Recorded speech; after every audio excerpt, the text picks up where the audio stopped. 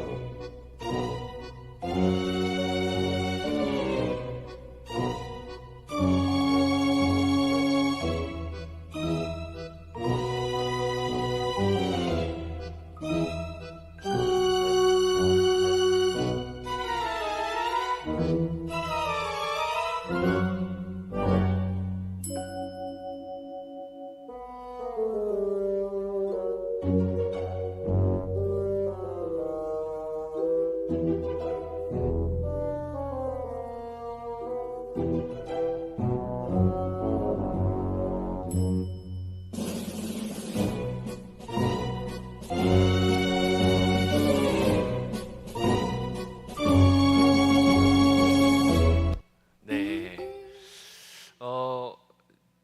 이분만 그런 건 아니시죠? 네, 저도 얼마 전에 셀폰을 손에 들고 계속 셀폰을 집에서 찾다가 굉장히 혼자, 다행히 아무도 집에 없었는데 혼자 굉장히 민망했던 그런 적이 있어요. 이 영상 제가 한 2, 3주 전에 좀 보고 혼자 참 웃었던 그런 기억이 있는데요. 여러분들도 이런 일들이 없으시기를 바랍니다. 여러분, 재미있는 영상인데 이 영상이 재미있는 이유가 있습니다. 재미있는 이유가 있어요.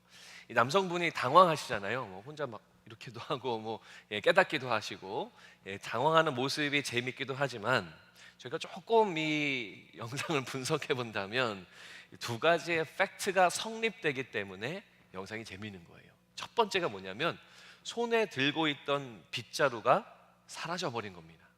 이게 첫 번째 성립되어야 되는 조건이에요. 만약에 빗자루가 없어서 막 당황하고 있는데 화면에 보니까 뻔히 발 밑에 빗자루가 있었다라고 하면 이 남성분은 없어진 척 연기를 하는 거라는 겁니다. 그 두 번째는 뭐냐면 사라진 빗자루가 어깨춤에 있다가 나타나야 된다는 거예요.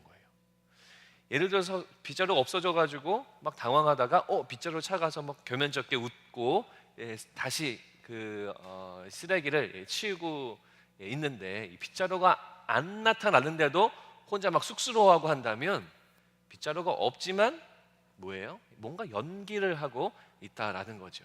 우리가 재미있는 영상이지만 이 두 가지가 성립되어야 됩니다. 빗자루가 있다가 사라져야 하고 사라졌던 빗자루가 다시 나타난 것 때문에 이 영상이 우리에게 재미로 다가온다라는 겁니다. 꾸며낸 얘기가 아니라는 거죠. 억지 얘기가 아니라 진짜로 이걸 이분이 당했구나, 재미있네 하면서 우리가 웃을 수 있다라는 겁니다.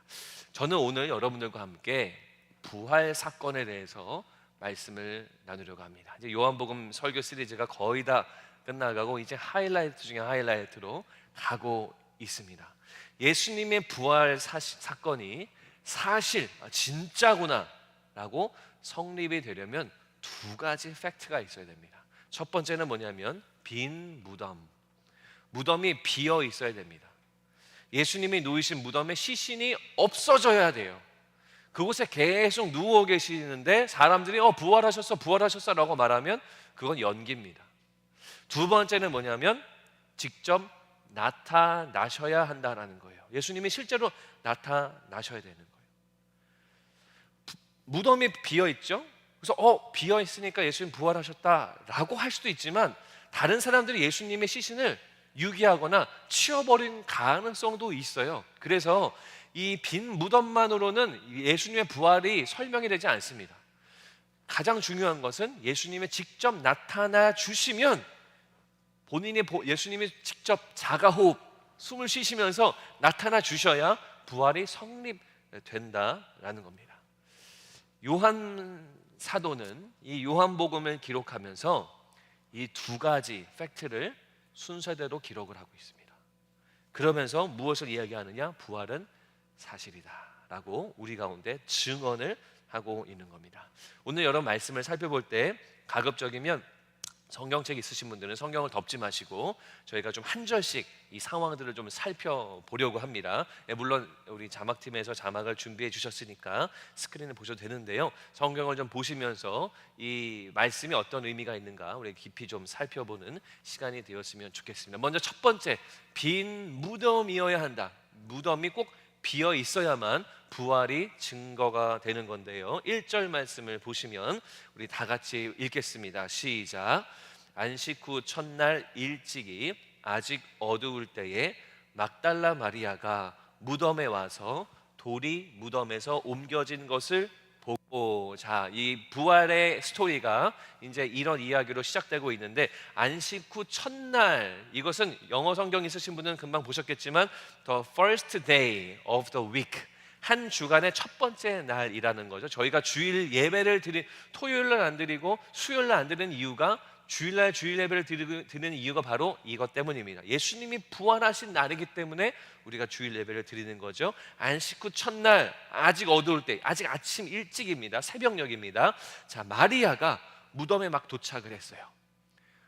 마리아 혼자 가지 않고, 우리 요한복음에는 마리아가 중요하기 때문에 막달라 마리아만 기록하고 있지만 다른 성경들은 여러 여성분들이 예수님 무덤에 갔다라고 말하고 있습니다. 갔는데 마리아가 본 게 있어요. 말씀해 보시면 뭘 봤습니까? 돌이 무덤에서 옮겨진 것을 봤습니다. 그 말은 마리아가 도착하기도 전에 누군가가, 그 무덤의 문이 열려졌다라는 겁니다. 자, 무덤의 문이 열려졌다. 무덤을 막고 있는 큰 돌이 이동되어졌다. 이것은 무슨 말이냐면 누군가가 밖에서 돌을 옮겼거나 아니면 그 안에 있던 누군가가 그 돌을 옮겼거나, 이거밖에 없습니다. 무덤 안에는 시신밖에 없었기 때문에 사람이 들어갈 수 없었죠. 만약에 안에서 열었다면 예수님이 부활하신 것이 맞고, 만약에 밖에 누군가가 사람이 열었다라고 하면 아마도 예수님의 시신을 훔쳐간 누군가가 있었을 것이다 라는 겁니다.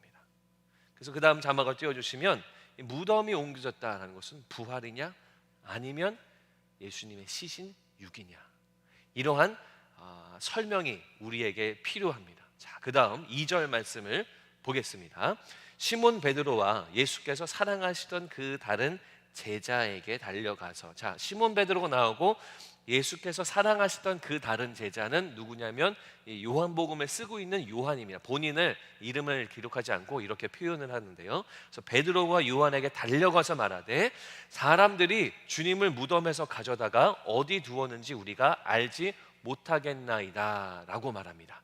자, 막달라 마리아는 무덤의 문이 옮겨지고 그 안에 예수님의 시신이 없는 것을 보고 뭘 생각했냐면, 시신 유기구나, 누군가가 예수님의 그 시신을 가져갔구나 라고 생각을 하고 베드로와 요한에게 달려간 거예요. 당시에는 지금도 있다고 합니다만, 당시에는 이 무덤을 파헤치는 도굴꾼들이 많이 있었다고 합니다. 그래서 그 무덤 안에 그 돌아가신 분 고인의 물품들을 넣어놓기 때문에 그런 걸 훔쳐가고, 물건이 귀하니까 또 시신을 빼돌려서 다른 데 사용하는 또 그러한 일들이 많이 있었다고 합니다. 그래서 막달라 마리아도 예수님의 시신을 이 사람들이 가져갔거나, 아니면 예수님을 반대하는 유대인들이 시신을 훼손시키려고 일부러 그렇게 했구나라고 생각을 한 겁니다.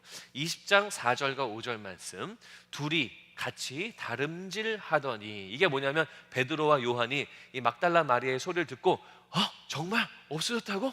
이러면서 막 뛰어가서 예수님의 무덤으로 달려간 건데, 그 다음 보시면 그 다른 제자가 베드로보다 더 빨리 달려가서 먼저 무덤에 이르고, 그 다른 제자는 누구죠? 베드로 말고 요한은 12제자 중에 가장 어린, 다른 말로 가장 젊은 제자였기 때문에 아마도 뛰어가는 것이 빨랐던 것 같아요. 그래서 먼저 요한이 도착했습니다. 자, 그 다음 요한이 보니까 뭘 보고 있냐면, 구부려 세마포 놓인 것을 보았으니 들어가지는 아니하였더라. 자, 요한은 가장 어리고 조금 마음이 여려서 그런지 무덤 안에는 감히 들어가지 못하고 머리를 숙여서 구부려서 이렇게 보니까 본 것이 한 개가 있어요. 그게 뭐예요? 세마포가 거기에 놓여 있는 것을 봤다라는 겁니다. 세마포는 큰 천입니다. 큰 천이 돼가지고 시신을 한 번 혹은 두 번 랩할 수 있는 큰 천이 바로 세마포인데, 예수님의 시신도 그렇게 세마포로 두른 거죠. 성경에 세마포가 여러 군데 나오는데요, 어디에 나오냐면 성막을 만들 때, 하나님을 예배하는 성막을 만들 때 세마포를 사용했고, 또 귀족들의 복장, 옷을 만드는데, 그냥 일반 천민이 아니라 귀족들이 쓰는 옷을 위해서 만들 때 세마포를 썼고, 배의 돛이 있죠. 그 돛 때문에 바람을 받아서 배가 이동하는 그 돛을 위해서 세마포가 쓰여졌다라고 성경에 기록이 되어져 있습니다.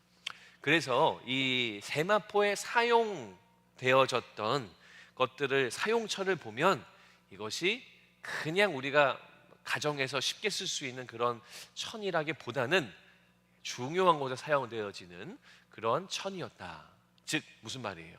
조금 비싼 제품이었다라고 우리가 알 수 있는 거죠. 도적군이나 도굴꾼이 문을 열고 들어와서 예수님의 시체를 가져갔다면 그 비싼 세마포를 그대로 남기고 갈 이유가 있을까요? 없을까요? 만약에 유대인이나 예수님이 싫어하는 사람들이 예수님의 시신을 훼손하려고 예수님의 시신을 그 안에 들어왔다면 사람들이 볼지도 모르고 로마 군인들이 그 곁에 서 있었기 때문에 재빠르게 나가야 되면 세마포를 다 펼치고 시신을 들고 이렇게 갈 수는 시간적 여유가 없었을 겁니다. 그래서 많은 학자들은 시신 유기나 도굴꾼이 아니라 예수님이 부활하셨기 때문에 세마포가 그대로 놓여진 거다라고 설명을 하고 있는 겁니다. 여기에 끝나지 않습니다. 20장 6절과 7절 말씀에 보시면 시몬 베드로는 따라와서 무덤에 들어가 보니, 자, 젊은 요한이 먼저 가서 봤죠. 그 다음에 베드로가 따라갔습니다. 베드로가 보면서 이 약간 다혈질 성향으로 우리가 알려져 있기 때문에 이 베드로는 멀리서 보지 않고 그냥 무덤 안으로 들어갑니다. 들어가서 뭘 봤어요? 세마포가 놓여 있는 것을 봤습니다. 그 다음 또 머리를 썼던 수건은 세마포와 함께 놓이지 않고 딴 곳에 썼던 대로 놓여 있더라. 사도 요한은 세마포 멀리서 봤으니까 세마포 하나만 봤는데, 베드로는 안에 들어갔기 때문에 세마포도 봤고 한 가지를 더 깊숙한 것을 발견하는 게 뭐냐면 머리를 쌌던 수건이 그 안에 놓여져 있던 것을 봤다라는 겁니다. 그런데 어떻게 설명하고 있냐면 함께 놓이지 않고 딴 곳에, 그리고 쌌던 대로 놓여 있었다라는 겁니다. 쌌던 대로 놓여 있었다. 이거를 영어 성경으로 보면 띄워주실까요? Folded up in a place by itself. 지금 저희가 개역 개정인데 우리가 전 버전인 개역 한글에는 그대로 번역하고 있어요. 개켜져 있었다라는 겁니다. 개켜져 있었다. 도굴꾼들이 들어와서 예수님의 시신을 빼돌리고 세마포를 잘 펼친 다음에 머리에 쌌던 수건을 그 한쪽에 잘 개켜서 갑시다 하고 가지는 않았을 거다라는 거죠. 그대로 개켜져 있던 수건을 베드로가 받고 요한은 이 요한복음을 기록하면서 그때의 광경을 떠올리며 우리 가운데 남겨주고 있는 겁니다. 한국의 한 가정이 외식을 하고 이제 집에 돌아왔습니다. 한국 이제 주택가였는데 집에 돌아왔는데 이제 골목들이 있잖아요. 그래서 딸과 뭐 자녀들이 키득키득 거리면서 이제 뒤따라오고 있고, 발걸음이 빠른 아빠가 먼저 골목을 들어와서 집에 들어왔습니다. 키를 열고 들어갔는데 거실 들어가고 이제 부엌을 지나 딸 아이 방을 지나가고 있는데 뭔가 이상한 거예요. 문이 열려 있는 거예요. 그래서 옆에 이렇게 봤는데 이상해서 그 딸 아이 방에 들어갔는데 서랍이 다 열려 있고 서랍 안에 있던 옷들이 다 꺼내져 있는 겁니다. 그 땅바닥에는 막 옷과 바지 이런 것이 막 쌓여 있는 거죠.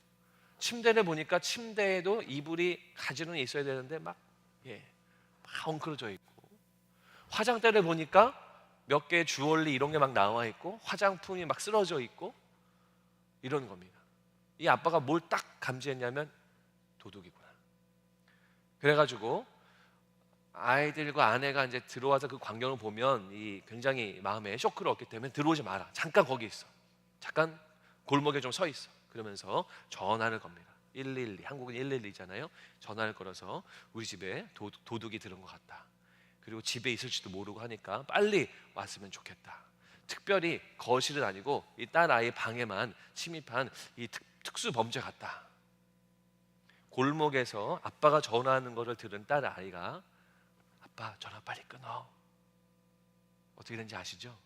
아빠 내가 어지른 거야. 정리를 안 한 딸 방을 보고 도둑이 들은 줄 알고 아빠가 깜짝 놀랐다라는 그런 이야기를 들은 적이 있습니다. 여러분 영화를 보시면 강도들이요 집을 침입해가지고 주얼리나 뭐 캐시 이런 거 훔쳐갈 때 서랍을 하나 열어서 주얼리가 없네 다시 닫고 그 다음 서랍 열어서 캐시가 없네 이렇게 합니까? 아니요. 그냥 꺼내서 땅바닥에 엎어가지고 온 집안에 난장판이 됩니다. 왜냐하면 빨리 본인이 원하는 것을 가지고 빨리 경찰이 오기 전에 도망가야 되기 때문이죠. 예수님의 시신이 없어졌어요. 빈 무덤입니다. 누군가 들어와서 예수님의 시신을 가져갔다면 세마포와 머리를 싼 수건이 그냥 있을 리가 없으려니와 그 머리를 쌌던 수건이 착하게 폴드가 되어 있을 가능성은 없다라는 거죠. 사도 요한은 현장을 본 것을 그대로 기록하고 있었습니다. 무덤은 비어 있었고 예수님이 스스로 부활하셨구나. 이것이 바로 이 요한이 말하고 있는 예수님의 부활의 증거라는 겁니다. 첫 번째 성립해야 될 게 뭐라고요? 빈 무덤. 무덤은 무조건 비어 있어야 됩니다라는 겁니다.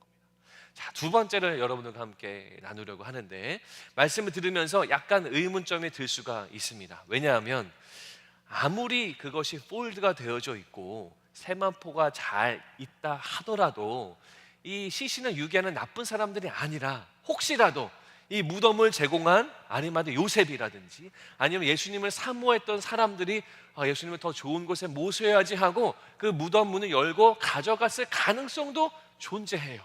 그래서 이 모든 것을 완전하게 해결하기 위해서는 두 번째가 성립이 되어야 되는데 그게 뭐냐면 직접 나타나셔야 된다는 겁니다.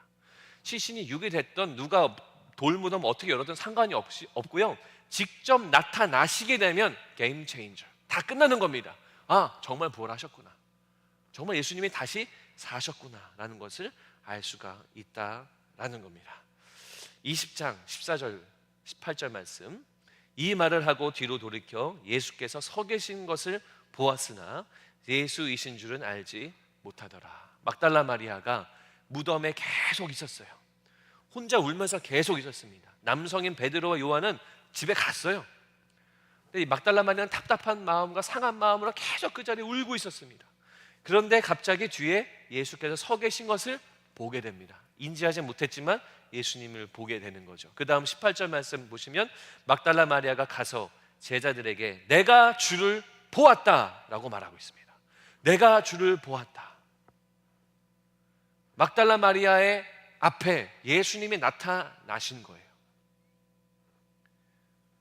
누구에게 나타났습니까? 막달라 마리아에게 나타났습니다. 자, 20장 19절과 20절 말씀.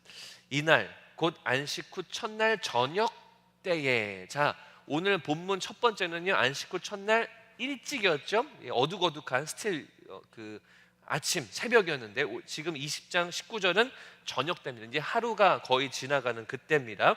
제자들의 유대인들을 두려워하여 모인 곳에 문을 닫았더니 11제자가 다 모여가지고 어떻게 하고 있어요? 모여 있는데 유대인들이 언제 쳐들어올지 모르니까 문을 콕콕콕 닫고 있었어요. 숨어 있었어요. 그런데 예수께서 오사 가운데 서서 이르시되, 예수께서 문이 다 닫혔는데 어떻게 통과했는지 모르겠습니다. 아무튼 들어오셨어요. 어디 서 있어요? 가운데 서서. 제자들은 11제자가 남아가지고 전전긍긍하며 이거 어떻게 된 거지 하고 있을 때 그 가운데 예수님이 서서 말씀하시되 너희에게 평강이 있을지어다.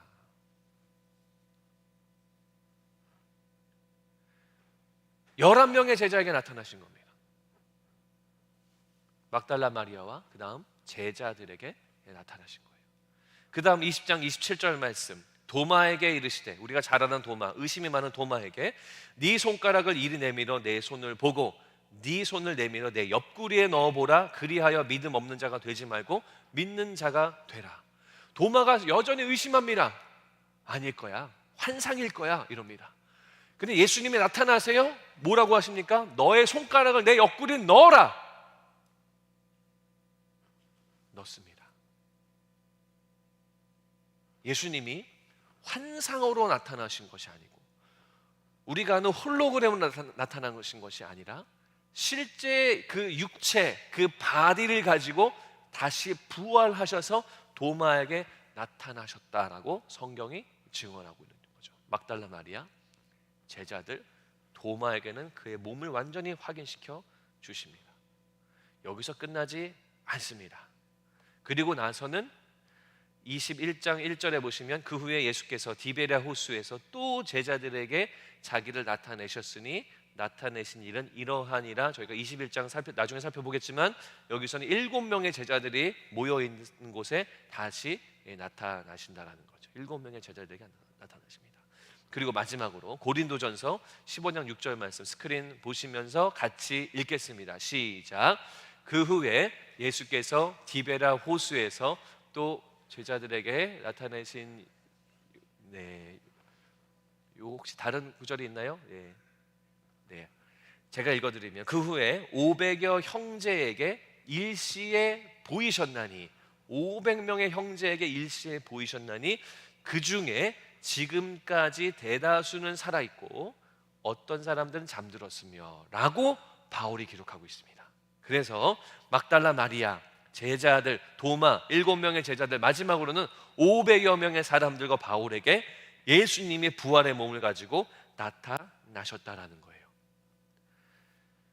바울이 500명의 사람들에게 나타나셨다라고 말하면서 무슨 말을 했냐면 그 중에 지금까지 대다수는 살아있고 어떤 사람들은 잠들었다라고 이야기합니다.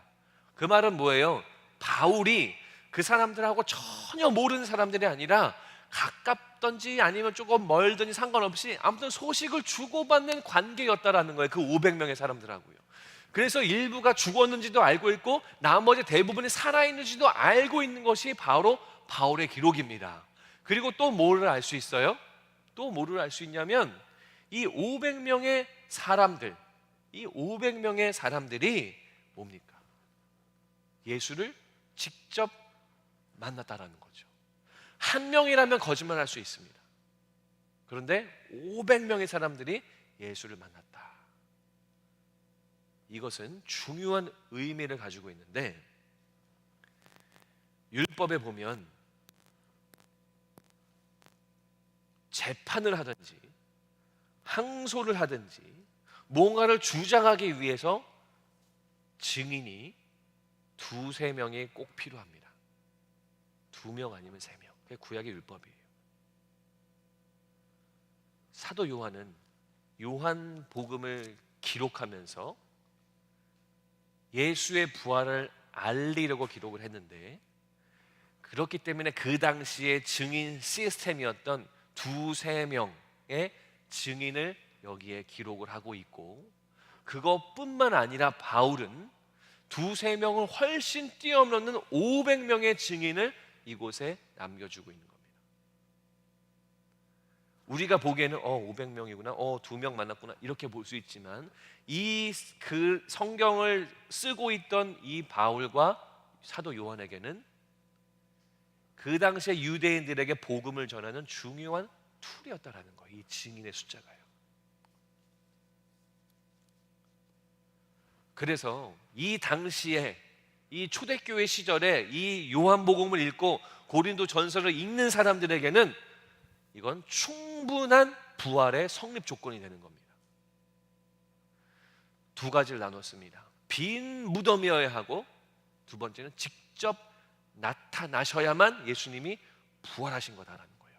그런데 요한복음은 이 2가지를 다 증명해내고 있다라는 겁니다. 이 2가지를 다 충족하고 있다라는 거예요. 이거 외에도 많은 예수님의 부활에 대한 증거와 증명들이 우리 가운데 쏟아지고 있습니다. 왜냐하면 예수님의 부활이 사실이 아니라면 여기에 나와 있는 수많은 구약과 신약의 성경의 내용들은 거짓말이 되는 거예요. 사실이 아닌 거예요.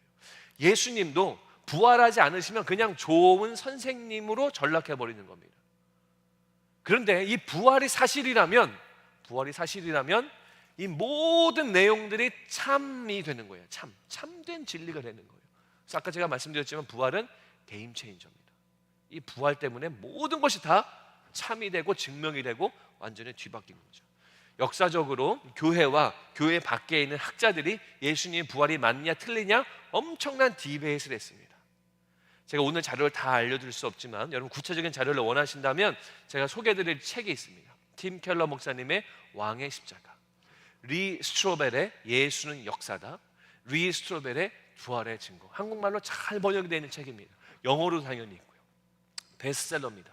이것은 부활이 왜 진실이고 사실인지를 역사적으로 증명해내고 있는 기록들입니다. 이거를 보면 볼수록, 책을 읽으면 읽을수록 마음이 고동칩니다. 아, 예수님 진짜 부활하셨구나. 그냥 우리가 믿음으로 그냥 대충 읽은 것이 아니라 아, 진짜 부활하셨구나. 여러분들의 마음이 뜨거워지기를 바랍니다.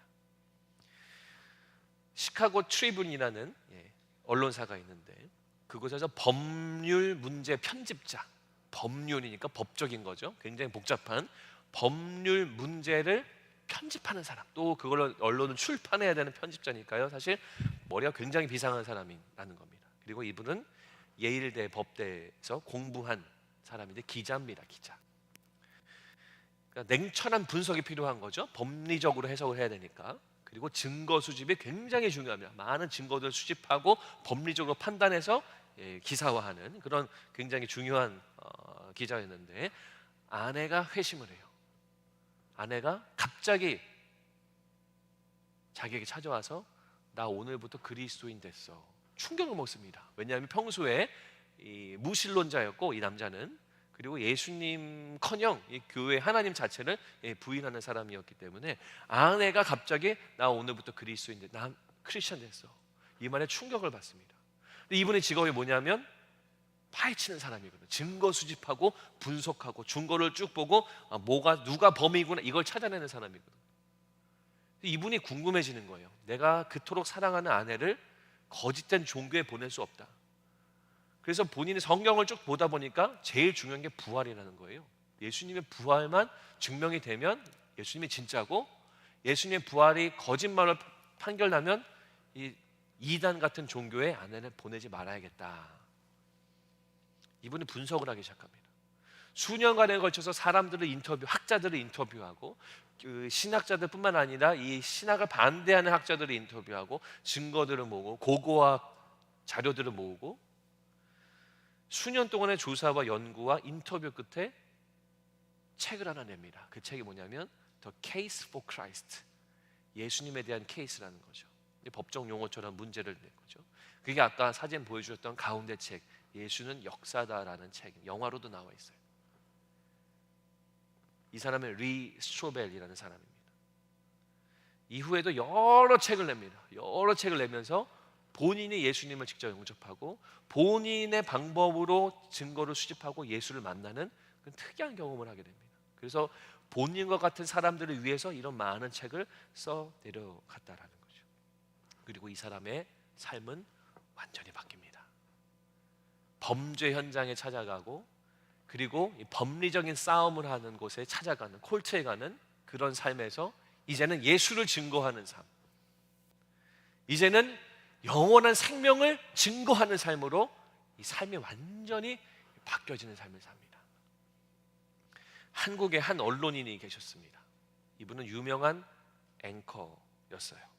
사회 문제를 고발하고 세상의 정의를 외치고 그리고 문제를 드러내고 추적하는 사람, 그런 언론인이었습니다. 그리고 교회의 문제를 누구보다 예리하게 판단하여서 교회는 이 사회의 악과 같은 존재다라고 주장하는 사람이 바로 이 언론인이었습니다. 어느 날 아내의 역할이 참 중요합니다. 아내가 이 남편의 손을 잡고 새벽 예배에 가요. 근데 이분이 내가 한번 다녀봐 줄게. 새벽 예배를 계속합니다. 그리고 그날 분위기가 어땠는지 노트에 쓰고 분위기를 관찰하고 이 소위 목사라고 하는 사람들이 어떤 거짓말을 하고 이 성도라는 사람들은 어떤 무지함 속에 아멘을 외치고 돈을 내고 있나, 이런 것들을 분석하기 시작하는 거죠. 한 번, 두 번, 세 번 아내 손에 이끌려서 가고, 알고 보니까 아내가 그냥 랜덤하게 남편을 데려간 게 아니라 온 교회가 중보기도 하고 있었어요. 이 형제를 위해서. 이분은 하루에 한 번 더 갔던 한 새벽 예배 안에서 본인의 그 새까맣던 죄를 봅니다.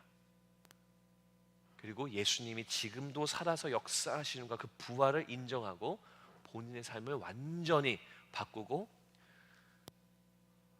MBC를 퇴사해서 신학교에 갑니다. 여러분 한번 들어보셨을 수가 있는 조정민이라는 분입니다. 이분이 목사님이 되셔서 지금은 많은 분들, 본인과 같은 사람들을 위해서 많은 책을 쓰고 강연을 하고 말씀을 전하고 영혼을 구원하는 놀라운 선한 영향력을 끼치고 있습니다. 예수 그리스도의 부활은 사람의 삶을 완전히 뒤바꿔 버립니다. 사랑하는 성도 여러분, 이제 여러분들은 선택하셔야 됩니다. 믿음은 강요할 수 있는 게 아닙니다. 여러분들이 선택하셔야 돼요. 부활을 믿고 부활의 영향력 아래 살아갈거나, 아니면 끝까지 부활을 믿지 않고 거부하고 밀어내면서 부활과는, 예수님의 부활과는 전혀 상관없이 살거나, 이제 여러분은 선택하셔야 됩니다. 저는 여러분들이 믿음의 선택을 하도록 계속 기도할 겁니다. 믿음은 여러분들의 믿음으로 결단하고 취하셔야 된다는 겁니다. 부활을 사실로 여기고 주 예수를 믿기로 결단하시겠습니까? 아니면 여전히 뜬구름 잡는 이야기, 종교에 미친 사람들이 계속 강조하는 이야기로 치부해버리고 예수의 부활과는 전혀 상관없는 삶을 살기로 선택하십니까? 이제 말씀을 마지막 부분을 나누려고 합니다. 여러분들이 예수님의 부활을 믿든지 안 믿든지, 저는 오늘 이 마지막 부분은 하나님의 말씀을 선포하려고 합니다. 예수의 부활은 우리에게 무엇을 주는가? 샬롬을 줍니다. 샬롬을 줍니다. 지난주에도 말씀 나누었죠? 샬롬. 20장 19절, 예수께서 오사 가운데 서서 이르시되 너희에게 평강이 있을지어다. 예수님의 제자들을 뭉태기로 다 만나서 첫 번째로 하신 말씀이 뭐였어요? 너네 십자가 앞에서 다 도망간 놈들 우선 나와. 너네들 베드로, 너 우선 너랑 얘기 먼저 하고 일을 시작하자. 이러게 아니라 만나시자마자 무슨 말씀 하셨냐는 거예요. 평강이 있을지어다, 샬롬이 너희들에게 있을지어다. 이것이 바로 예수님의 말씀이었다라는 겁니다. 요한복음 16장 33절 보시면 저희 다 같이 읽겠습니다. 시작. 이것을 너희에게 이르는 것은 너희로 내 안에서 평안을 누리게 하려 함이라. 세상에서는 너희가 환난을 당하라. 담대하라. 내가 세상을 이기었노라. 예수님이 말씀하시는 거예요. 예수님은 부활하셔서 뭐 하셨다고요? 세상을 이기셨다라는 겁니다. 그래서 뭐라고요? 내 안에서, 예수님 안에서 평안을 누리게 하려 함이라, 샬롬을 주게 하려 함이라. 이것이 바로 십자가의 능력이고 부활의 능력인 줄로 믿으시기 바랍니다. 예수님은 부활하셔서 사망과 죽음을 이기셨어요. 이게 바로 세상입니다. 세상을 다 이기셨습니다. 예수의 부활을 믿고 영생을 갖고 맛보아 사시기를 바랍니다. 이것이 바로 부활을 믿는 자들에게 주어진 하나님의 축복이다라는 거예요.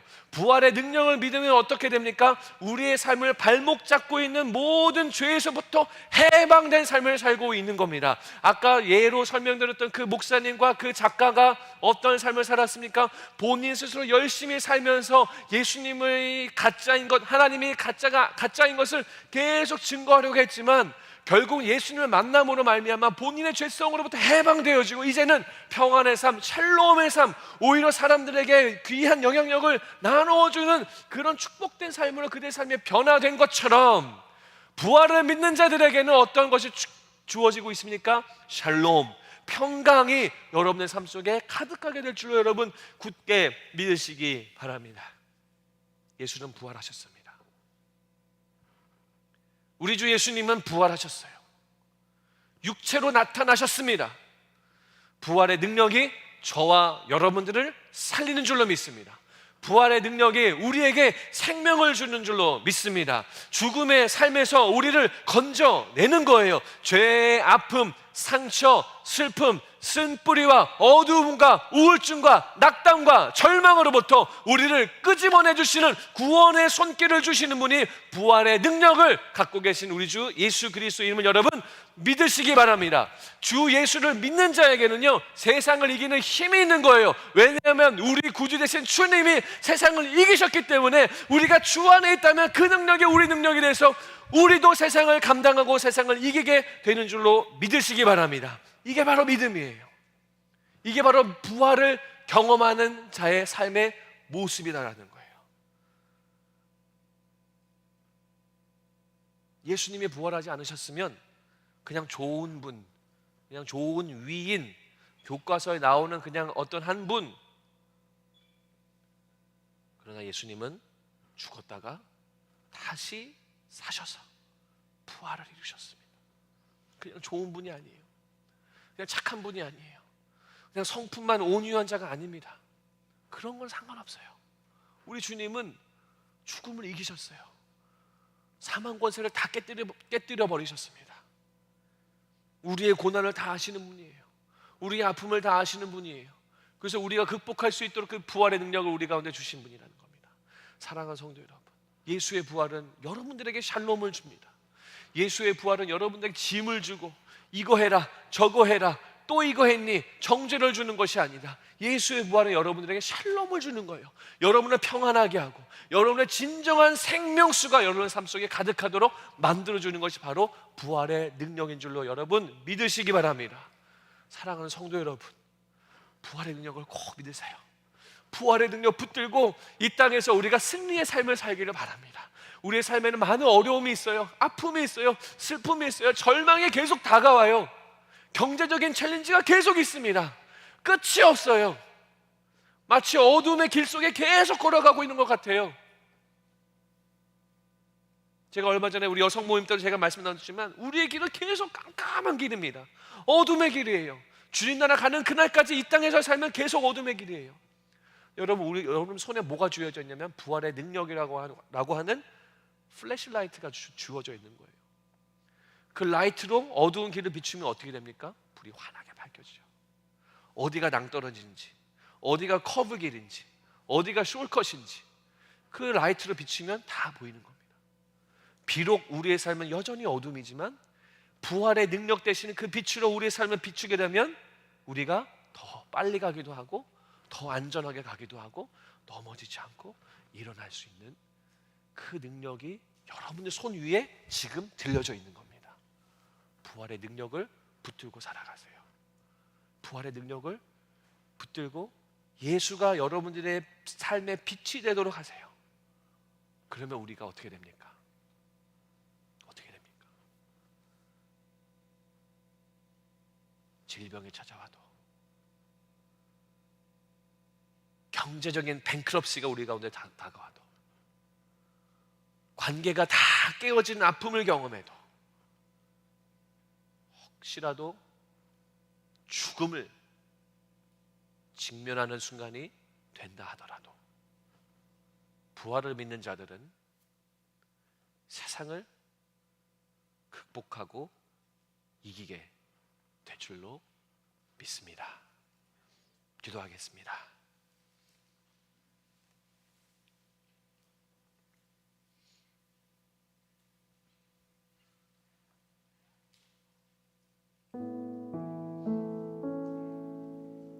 주님은 우리에게 정죄함을 주려고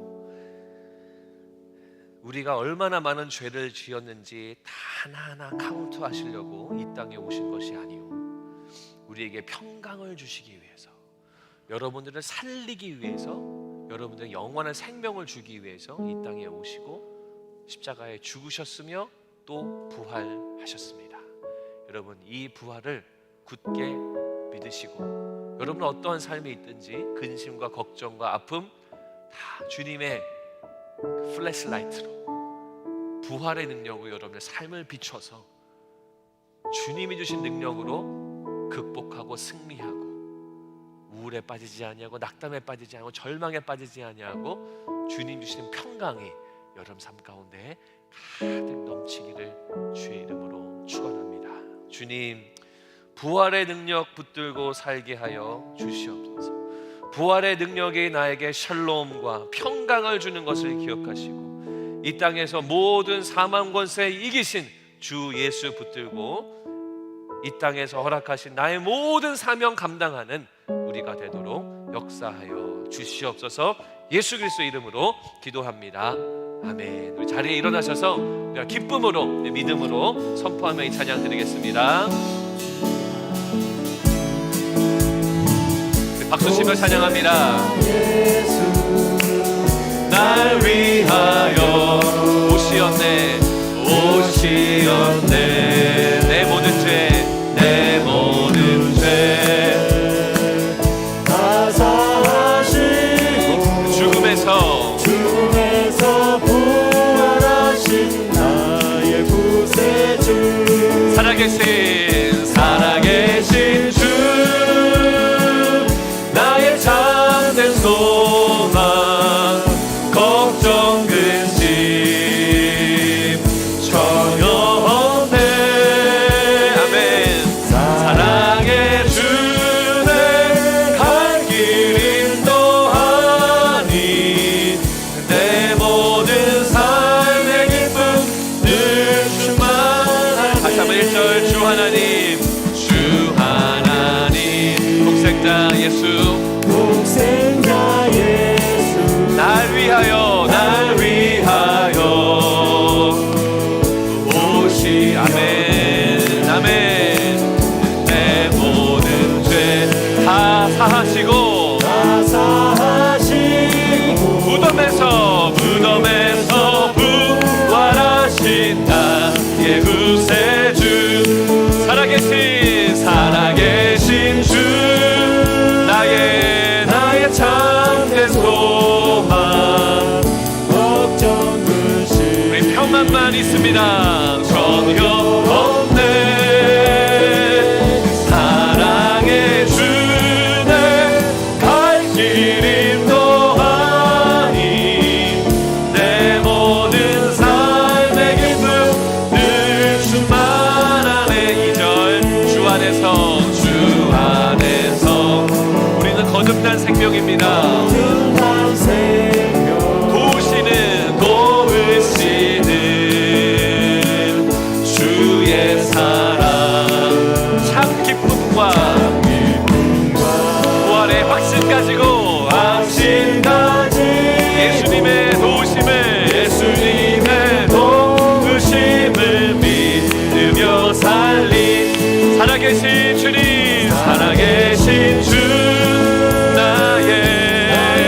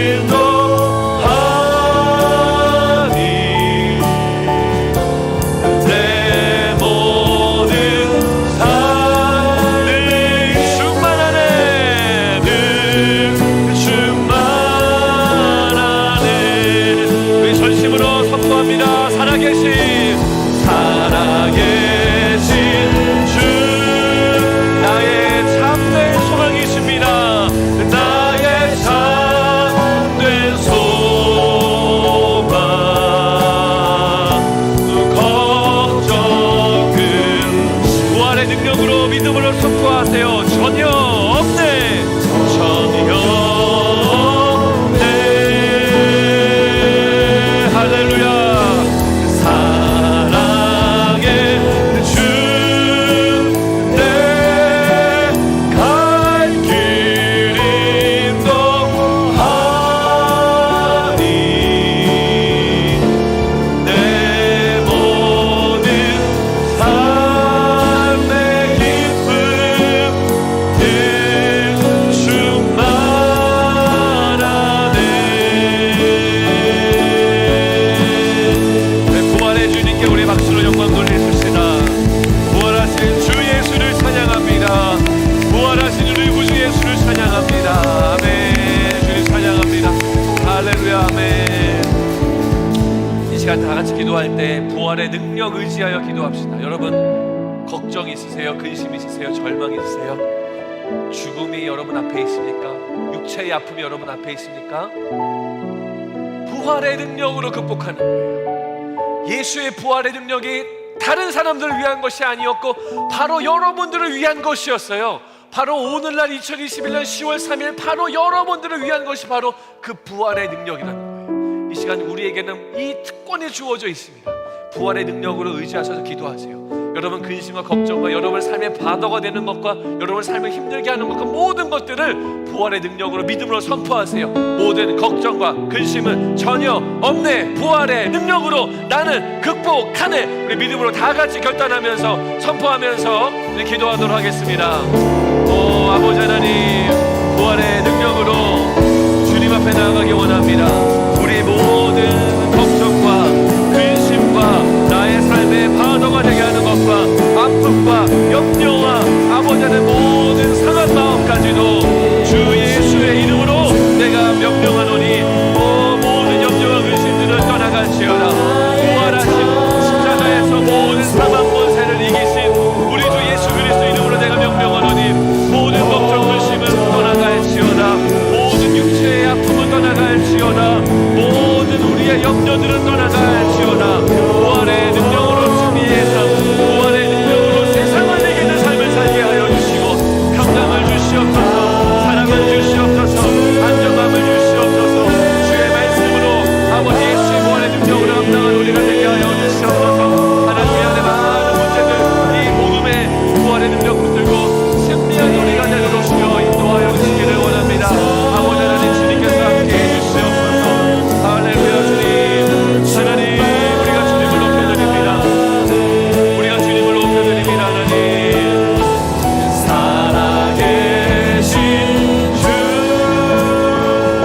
나의 참된 소망 나의 참된 소망 부활의 능력으로 걱정 근심 전혀 없네. 전혀 없네. 사랑의 주내 갈 길 인도하니 내 모든 삶의 기쁨 늘 충만하네. 부활의 능력은 바로 나를 위한 것임을 기억하게 해주시옵소서. 이 부활 사건은 바로 나를 위한 사건임을 기억하게 해주시옵소서. 부활의 능력은 능치 못할 것이 없는 능력인 줄로 믿습니다. 부활의 능력은 세상을 모두 다 이기는 능력인 줄로 믿습니다. 이 예수의 부활의 능력이 실제가 되어서 우리의 삶 속에 우리의 마음 속에 이 부활의 능력 붙들고 살아가는 그리스도인들 되도록 하나님의 백성 되도록 인도하여 주시옵소서. 부활의 능력 붙드는 자들마다 하나님의 역사를 경험하게 하여 주시옵소서. 부활의 능력이 우리의 삶을 변화시키는 것을 경험하게 하여 주시옵소서. 부활의 능력이 나의 모든 죄성을 변화시키게 하여 주시옵소서. 부활의 능력이 나의 모든 근심과 염려를 떠나가게 하는 줄로 믿사오니 부활의 능력 붙들고 감당하게 하여 주시옵소서. 부활의 능력이 우리의 모든 육체의 질병을 새롭게 하는 줄로 믿습니다. 부활의 능력이 나의 모든 우울증을 떠나가게 하는 줄로 믿습니다. 나의 모든 염려와 근심과 두려움과 불안을 해결하는 줄로 믿습니다. 이 부활의 능력 붙들고 나아가는 우리가 되도록 인도하여 주시옵소서.